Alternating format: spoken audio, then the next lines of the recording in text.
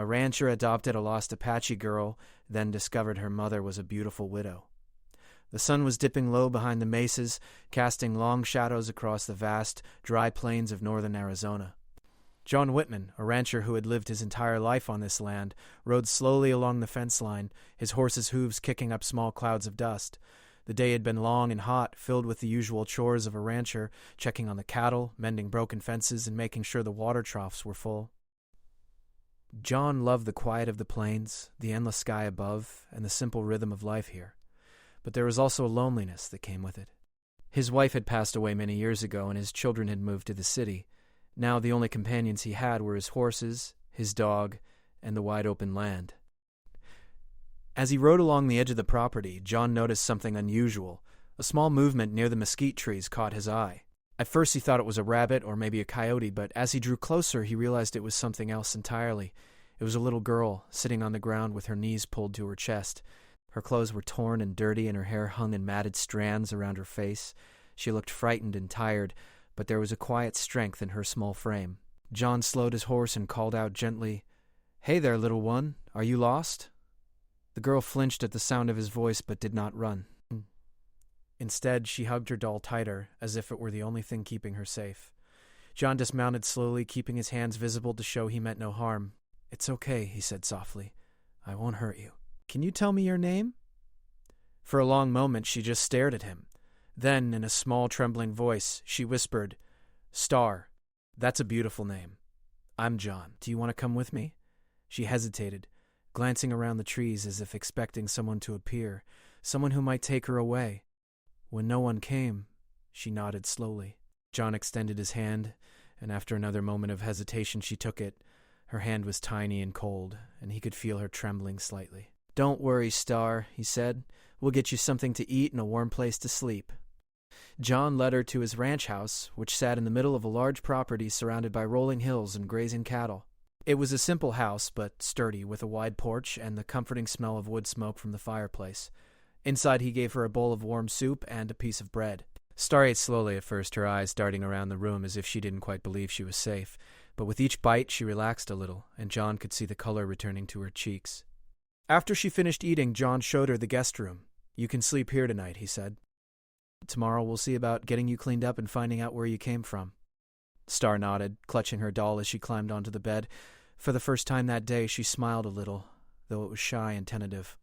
That night, John sat by the fire, thinking about the little girl he had found. He wondered how she had ended up alone in the desert, so far from anyone who could take care of her. He thought about the stories he had heard from travelers and neighboring ranchers, tales of families broken apart by accidents, raids, and harsh winters. But he also thought about hope. He had raised children of his own once, and he knew the instinct to protect and care for them. He felt a fierce determination to help this little girl, whoever she was. The next morning, John helped Star wash and change into some clean clothes he had in the house. She was shy at first, but as he brushed the dirt from her hair and helped her into the clothes, she began to smile more openly.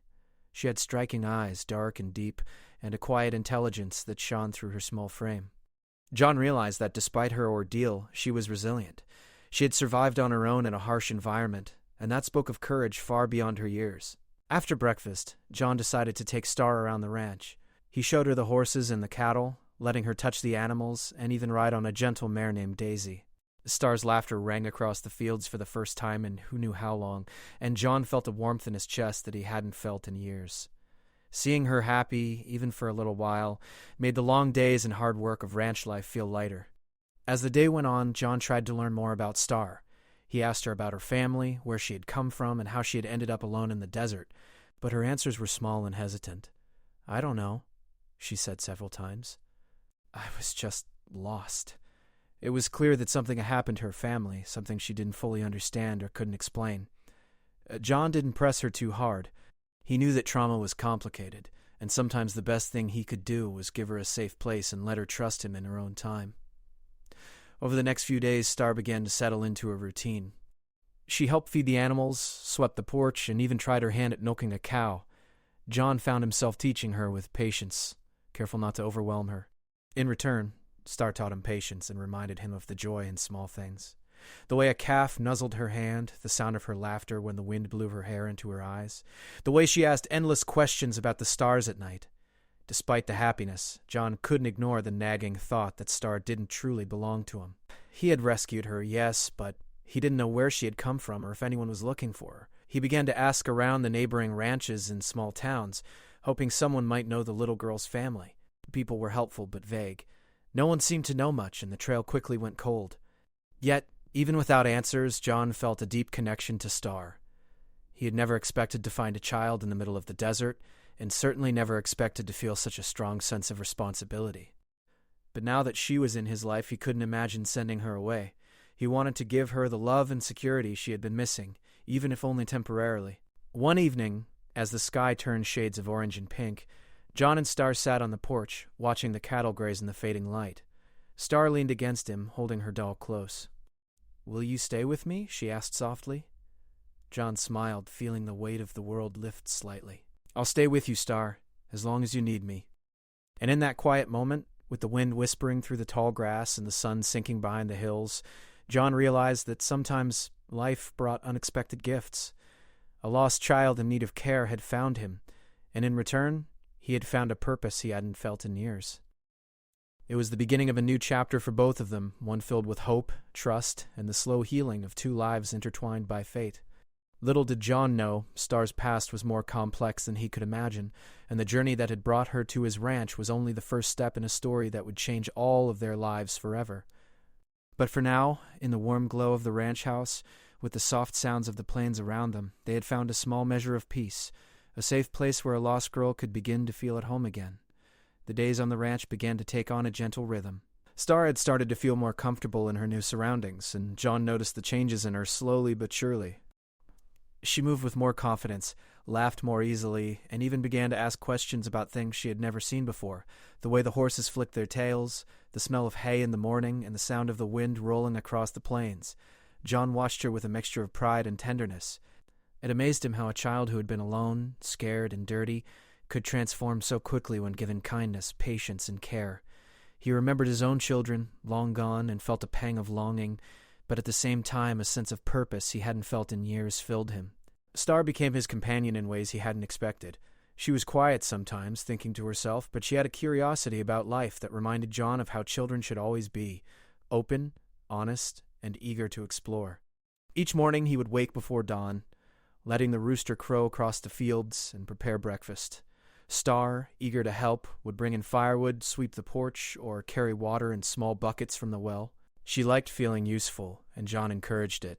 "You're learning fast, Star," he would say, smiling. "Soon you'll be helping me tend the entire ranch." Star's eyes would sparkle at the idea, but she never boasted. She was modest, quiet, and thoughtful, observing more than she spoke. One day John decided it was time to introduce her to the ranch animals more fully. He led her to the barn, where the smell of hay and horses mixed into a warm, earthy scent. "These are Daisy and Midnight," he said, pointing to two gentle mares. "They're good girls. They won't hurt you, I promise." Star approached cautiously, her hands outstretched. The horses sniffed her fingers and nudged her gently. Star giggled, the sound ringing clear and bright in the barn. "They're soft," she whispered, her eyes wide with wonder. "Soft, but strong," John said, laughing. "Just like you." Star's cheeks flushed at the compliment, and for a moment she looked at him as if she had never really heard kindness directed at her before. That day, John helped her climb onto Daisy's back. She was nervous at first, gripping the reins tightly, but soon she was riding with confidence, the wind whipping through her hair. John watched with a mixture of pride and amazement. She was learning quickly, and more importantly, she was beginning to trust him. As the weeks passed, John noticed that Star had a natural intelligence about her. She remembered where each animal liked to sleep, how much water the cows drank, and which fences needed repair. She was quick to learn, and John often found himself impressed by her observations. Yet, despite all this, there was still a sadness in her eyes, especially in the quiet moments when she thought no one was watching. Sometimes she would sit by the edge of the field, staring at the distant mountains, lost in thought. John respected these moments of silence. He knew she was remembering a life she could not fully explain, a family she had lost, and he understood that no amount of care could erase that pain overnight. One afternoon, as the sun blazed high overhead, John and Star were fixing a broken fence near the northern pasture. Star handed him a hammer and a few nails with surprising skill, as if she had done this kind of work before. "You've got strong hands," John said, smiling. "Are you sure you haven't helped on a ranch before?" Star shook her head, a small smile tugging at her lips. "No, but I watched. I learned." John nodded, impressed. "Good. Watching is often the best way to learn. And you've got a good eye. You notice details." Star's eyes brightened at his praise. She liked feeling helpful and capable. For a girl who had been alone and lost, it gave her a sense of control over her life again. As the day went on, they worked side by side, the sound of hammering mixing with the occasional call of a distant bird. When the fence was finally fixed, John stepped back and admired their work. "Looks perfect," he said. Star looked proud, standing tall with her small hands on her hips. John realized something in that moment. This little girl, who had once been terrified and alone, was beginning to blossom. She was not only surviving, but starting to thrive. In the evenings, after chores were done, John would sit with Star by the fire. He would tell her stories about the ranch, about the animals, and sometimes about his own childhood. Star would listen intently, her eyes wide, absorbing every word. She would ask questions about everything: the stars, the desert, the mountains, and even the old legends John sometimes recounted. He answered her patiently, happy to see her mind opening to new experiences. One night, as they watched the fire crackle and the stars appear one by one in the sky, Star asked softly, "John, do you think my family is looking for me?" John's heart ached at the question. He knew the pain of losing someone you love, and he wished he could give her a clear answer. "I don't know, Star," he said gently. "But I promise you this, we will do everything we can to find out. No one should be alone if they don't want to be." Star nodded, leaning her head against his shoulder. "I like it here," she whispered. "It feels safe." "That's because it is," John replied, feeling a deep warmth in his chest. "You're safe now. That's what matters." Even though life was slowly returning to a sense of normalcy for Star, John could sense that her past was never far from her thoughts. He saw it in the way she would sometimes hesitate before speaking about certain things, or how her eyes would cloud over when she heard distant sounds that reminded her of the desert. John realized that healing would take time, and he was willing to give her all the time she needed. Meanwhile, John also began to realize that Star's presence was changing him. The ranch, which had always been a quiet, lonely place, was now filled with laughter, curiosity, and a sense of hope. He found himself looking forward to mornings because he knew Star would be there, eager to explore, help, and learn. Her energy was contagious, and slowly it began to fill the emptiness he had felt for so many years. But John also knew that love came with responsibility. He had made a choice to care for this child, and he intended to see it through. He continued asking neighbors and travelers about her origins, but the trail was thin. No one seemed to know where she had come from, and no one had seen her family in years. Yet John refused to give up. He understood that every child deserved a family, and he would not stop searching until he had exhausted every possibility. As weeks turned into months, Star began to develop a sense of belonging. She had her favorite spots around the ranch: the old oak tree where she liked to read, the stream where she would watch dragonflies, and the barn where she spent hours talking to the animals. She even started helping John with small chores without being asked, showing a level of maturity that impressed him every day. Despite the happiness, John never lost sight of the fact that Star had a past waiting for her somewhere. He could see it in her occasional silences and the way she sometimes traced patterns in the dirt with her fingers, as if trying to remember something lost. He knew that their time together on the ranch might only be a chapter in a much larger story, but he was determined to make that chapter full of safety, learning, and love. One quiet evening, as the sun sank behind the hills and painted the sky with shades of orange and purple, John and Star sat on the porch, sharing a simple meal. Star looked up at him with her large, dark eyes. "John, do you think I'll ever see my family again?" John took a deep breath, choosing his words carefully. "I don't know for certain," he said, placing a reassuring hand on her shoulder. "But I do know this. Wherever they are, they would want you to be safe, happy, and cared for. And right now you are." Star smiled softly, leaning her head against him. In that quiet moment, with the desert stretching endlessly before them, both of them felt a sense of peace. John knew that the journey ahead might be difficult, but for now, they had each other. They had laughter, companionship, and the slow rebuilding of trust and love. Life on the ranch had become more than work. It had become a place of healing. Star was no longer just a lost girl in the desert. She was learning, growing, and discovering what it meant to belong. And John, who had thought he knew solitude, had found a renewed sense of purpose in the small, courageous girl who had appeared at his gate one hot afternoon. The bond between them grew stronger with each passing day, built on trust, patience, and shared experiences. John knew that one day they might discover the answers to the questions that lingered, who Star's family was and why fate had brought her to him. But for now, he was content to watch her flourish, to guide her gently, and to ensure that the little girl who had once been lost was no longer afraid of the world around her. And in the quiet evenings when the stars twinkled like tiny lanterns across the sky, John would sometimes hear Star whispering to herself about dreams, animals, and adventures yet to come. He smiled, knowing that though the future was uncertain, the present was bright, filled with hope, safety, and the unspoken promise of love that neither of them had expected but both had found. The arrival of spring brought a new energy to the ranch. The sun rose earlier, warming the fields and casting golden light across the cattle as they grazed. The air smelled sweet from wildflowers blooming along the hillsides, and the evenings were calm, filled with the soft hum of crickets. Star had grown stronger and more confident with every passing day.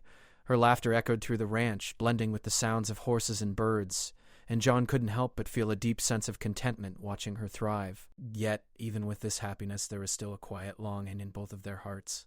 John wanted to ensure that Star's past would not remain a mystery forever, and Star, in her own way, wondered if there was a family somewhere who was looking for her.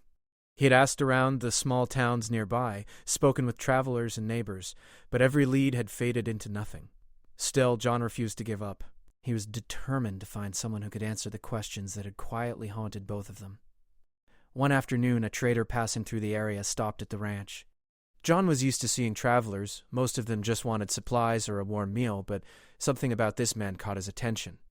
After the usual greetings and exchanging of goods, John mentioned that he had found a lost Apache girl months earlier and had been trying to learn more about her family. The trader's eyes widened slightly.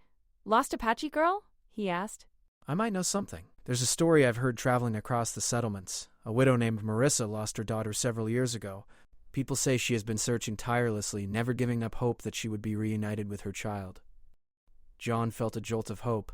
"Do you know where she lives?" he asked eagerly. The trader nodded. "She lives a few valleys east of here near the river. She's known for her grace and her strength. People respect her, and they all speak of her beauty and kindness. If anyone could be Star's mother, it would be her." John thanked the man and, with a mixture of excitement and nervousness, prepared to make the journey. He didn't tell Star where they were going, only that they would meet someone who might know more about her past. He wanted to let fate unfold naturally, without putting too much pressure on the girl who had already endured so much. The next morning, John and Star set out on horseback, following the winding dirt roads that led toward the eastern valleys. Star was curious, asking questions about the river, the forests, and the people who lived beyond the plains. John answered patiently, trying to keep his own anticipation in check. After several hours, the trees thickened, and the landscape changed from open plains to gentle hills covered with wild grass. Birds chirped and squirrels darted among the branches, and the river appeared in the distance, glimmering in the sunlight. Finally, they arrived at a small homestead nestled near the riverbank. The house was modest but elegant in its simplicity, surrounded by flowering bushes and the gentle hum of life. As they approached, a woman stepped out. Her dark hair was long and flowing, and her eyes, though filled with a quiet sadness, shone with warmth and strength. She was beautiful, not in the way of fancy dresses or jewels, but in the way someone carries herself with grace, kindness, and courage. Star froze, clutching her doll tightly. The woman's gaze softened as she looked down at the little girl. For a moment, time seemed to stand still. Then Star took a hesitant step forward, and the woman's expression shifted from curiosity to recognition. "Star?" the woman whispered, her voice trembling slightly. Star's eyes widened. "Mama?" she asked, her voice a mix of hope, disbelief, and longing. The woman dropped to her knees, arms open, tears streaming down her face. Star ran into her embrace without hesitation. They held each other tightly, as if trying to make up for years lost. John watched quietly from a few steps away, his heart swelling with emotion. He had known this reunion was possible, but seeing it happen, seeing the little girl he had cared for finally meet her mother, was more moving than he could have imagined. Marissa looked up at John, gratitude shining in her eyes. "Thank you," she said softly, "for keeping her safe, for loving her when I couldn't. I don't even know how to repay you." "You don't need to repay me. She's a brave, wonderful girl. She deserves to be safe and happy. For Star, The reunion felt like a dream. She had imagined this moment many times in the quiet of her nights on the ranch, wondering if her mother was still alive, if she had thought of her, if she had hoped for her return. Now she knew. Her mother's arms were real, strong, and loving. Her touch was gentle but steady, and her words were filled with reassurance and warmth. The next few days were filled with stories and questions. Marissa told Star about her early years, about the life they had shared before the raid that separated them, and about the hope she had held on to, believing that one day they would be reunited. Star listened intently, absorbing every word, every detail of the life she had lost, and was now rediscovering. She also told Marissa about the ranch, about John, and the life that had kept her safe. Marissa's eyes often filled with tears as she realized how much John had done to protect and nurture her daughter. John stayed mostly in the background, helping with chores, tending to the animals, and giving the mother and daughter time to reconnect, but he couldn't help but feel a sense of pride. He had been a bridge between the past and the present for Star, and now he saw her happiness restored. He also noticed the subtle bond forming between himself and Marissa, a quiet understanding and respect born out of shared care for the same child. One morning, as the sun rose over the river and painted the sky with gold and pink, John and Marissa sat on the porch while Star played nearby with a small dog that had wandered onto the property. "You've done so much for her," Marissa said softly, looking at him with gratitude. "I don't even know how to thank you." John smiled, feeling a warmth he hadn't expected. "I didn't do it for thanks," he said. "I did it because it was the right thing to do, and because, well, she needed someone, and I could be there. That's enough for me." Marissa nodded, tears glistening in her eyes. "You've given her life back. I can't imagine what would have happened if she hadn't met you." The days turned into weeks, and Star began splitting her time between the ranch and her mother's home. She helped Marissa with daily chores, explored the woods and fields around the river, and continued to ride and care for the animals at John's ranch. It was a delicate balance, but one that gave her the best of both worlds, the safety and freedom of the ranch and the love and connection of her mother. John noticed the changes in Star. She laughed more freely, her confidence grew, and the sadness that sometimes clouded her eyes was slowly lifting. He realized that while he had provided safety, Marissa's love and care were now filling the spaces that only a mother could fill. It was a relief and a joy to see the little girl he had rescued flourish in ways he could never have imagined. One evening, as the sky turned shades of purple and orange, Star ran to John, her hair flying in the wind, her face radiant with joy. "John, Mama taught me a new song today," she exclaimed. Her eyes sparkled with happiness, and John felt a lump in his throat. "That's wonderful, Star," he said, smiling broadly. "I'm glad you're happy." She leaned against him, and for a moment he felt the same warmth and connection he had always felt, a bond that would never fade, no matter where life took them. Marissa joined them, smiling, and John realized that this strange twist of fate had brought all of them together in a way that was extraordinary. Though the reunion had answered many questions, there were still mysteries to uncover about Star's early life, about the family she had lost, and about the paths that had led them all to this moment. But for now, there was peace, love, and the gentle certainty that the little girl who had once been lost was finally home.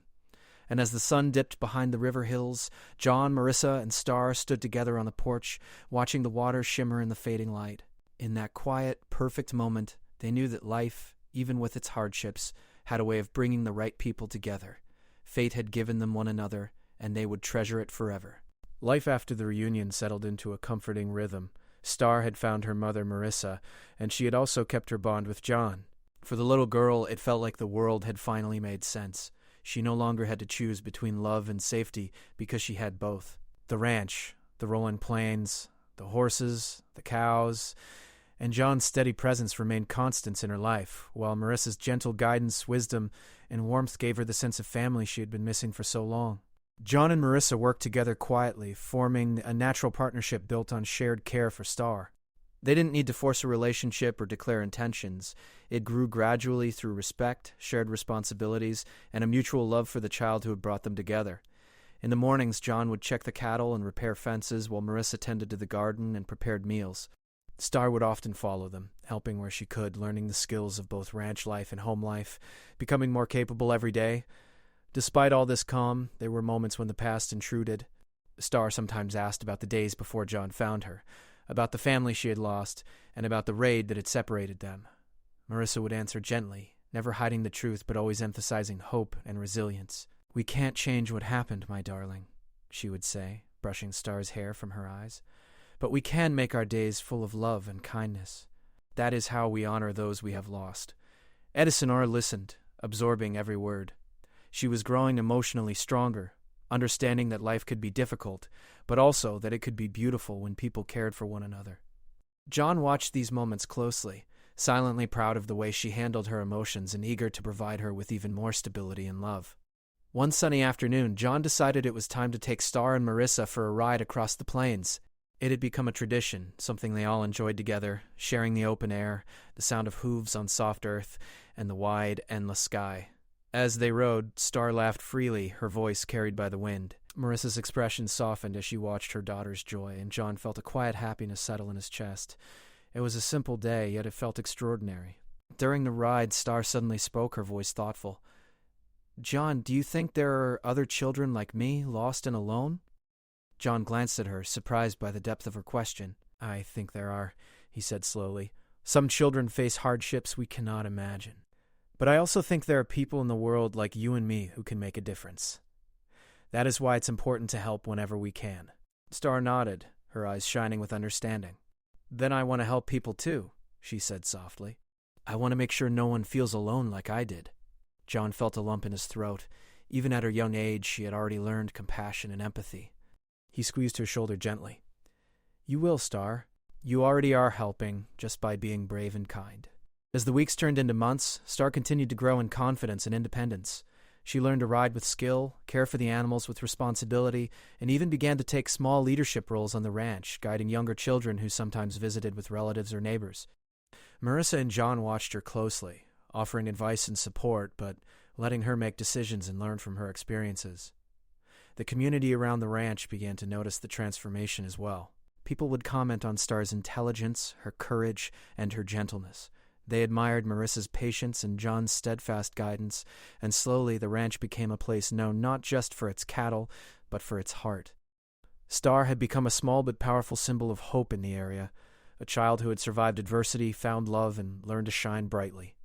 Despite the happiness and routine, John still occasionally felt a pang of longing.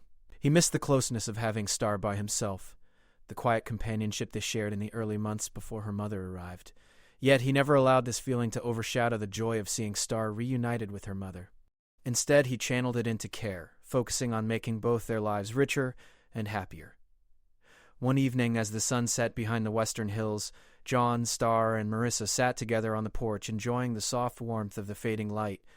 Star was animatedly describing the adventures she had that day, helping Marissa plant new vegetables in the garden, feeding the chickens, and racing the young calf across the field. Her eyes sparkled with excitement, and both adults listened with rapt attention, laughing and smiling at her enthusiasm. After a moment, Star's expression softened. She looked at John and then at Marissa. "I'm glad I found both of you," she said quietly. "I'm not alone anymore. I have family, and I have a home." Marissa's eyes filled with tears, and she reached over to hold her daughter's hand. "And we are so glad to have you, Star. You've brought so much joy into our lives." John felt a warmth in his chest that was almost overwhelming. He had never imagined that rescuing the little girl from the desert would lead to this, a life filled with laughter, trust, and love. "You've changed my life too, Star," he said softly. "I'm grateful every day that you came to me." The weeks continued in this happy rhythm, with small adventures, chores, and quiet evenings filled with storytelling and laughter. John and Marissa began to talk more openly about the future, considering ways to ensure Star's life remained full of opportunity and love. They discussed schooling, more animals, and even teaching her about the wider world beyond the ranch. Star listened eagerly, absorbing every idea and occasionally adding her own suggestions with surprising thoughtfulness. One day, John found a quiet moment to speak with Marissa privately. "You know," he said, "I never imagined that a little lost girl could change my world this much. I'm glad she's found you, but I'm glad she came to me too. I think we've all been lucky." Marissa smiled, her eyes warm. "Yes, John, we've all been lucky. But it wasn't just luck. It was care, love, and a little bit of fate bringing us together. Star deserved to be safe, and we were lucky enough to give her that." John nodded, feeling a deep sense of contentment. He realized that life had a way of weaving stories together, of bringing the right people into each other's paths at the right time. Star had been lost, but she had also been found, not just by one person, but by two who loved her and would protect her for the rest of their lives. Spring turned into summer, and the ranch thrived. Star spent her mornings riding and helping with chores, her afternoons learning with Marissa, and her evenings under the wide sky, sometimes sitting quietly with John on the porch, watching the stars. She was growing into a bright, capable young girl with a kind heart and strong spirit. Both John and Marissa knew that while they could guide her, the girl herself had an inner strength that would carry her far in life. One evening, as the first fireflies began to glow in the fields, Star ran to John with a piece of paper clutched in her hand. "Look, John, I drew our ranch and our home. And you, and Mama, and me." John examined the drawing, smiling broadly. It was simple but heartfelt, full of love and joy. He ruffled her hair. "This is wonderful, Star. You've captured everything that matters most." Marissa joined them, looking at the drawing with pride. "You have a gift, Star. You see the beauty in life and share it with others. That is a special talent." Star beamed, proud and happy, knowing she had the love and guidance of both her mother and John. In that moment, everything felt perfect. She had survived loss, found love, and learned to trust again. She had a home, a family, and the freedom to grow and explore the world around her. As the fireflies danced and the stars twinkled above, John, Marissa, and Star stood together, watching the gentle night settle over the plains. They knew life would bring challenges, but they also knew that together they could face anything. The lost girl who had appeared one hot afternoon in the desert was now at home, surrounded by people who loved her deeply. And in that quiet, magical moment, John realized that sometimes life's greatest joys come from unexpected beginnings. A lost child, a chance encounter, and a leap of faith had brought them all together, creating a family bound not just by blood, but by love, trust, and shared experience. Star had found her mother, she had found John, and together they had found a life filled with hope, laughter, and the quiet certainty that no matter what happened, they would never be lost again.